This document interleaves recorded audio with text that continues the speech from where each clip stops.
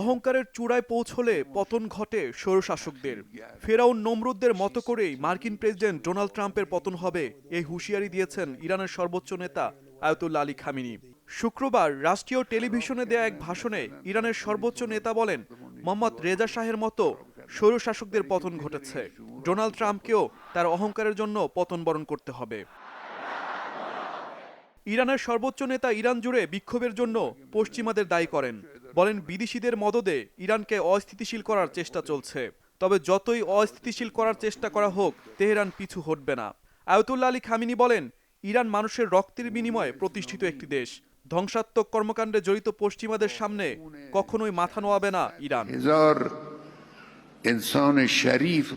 লাখো সম্মানিত মানুষের রক্তের বিনিময়ে ইরান প্রতিষ্ঠিত হয়েছে এবং যারা ধ্বংসের সাথে জড়িত তাদের সামনে মাথা নত করবে না ইরান। বিদেশি ভাড়া করা সন্ত্রাসীদের বিরুদ্ধেও আমরা প্রতিরোধ গড়ে তুলব। ট্রাম্পের দেশ পরিচালনার সক্ষমতা নিয়েও প্রশ্ন তোলেন আলী খামেনি।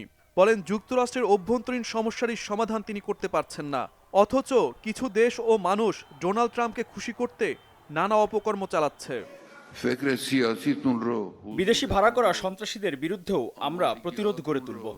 ট্রাম্প তো নিজের দেশই পরিচালনা করতে জানেন না। আপনারা দেখেছেন যুক্তরাষ্ট্রের ভেতরে অনেক সমস্যা।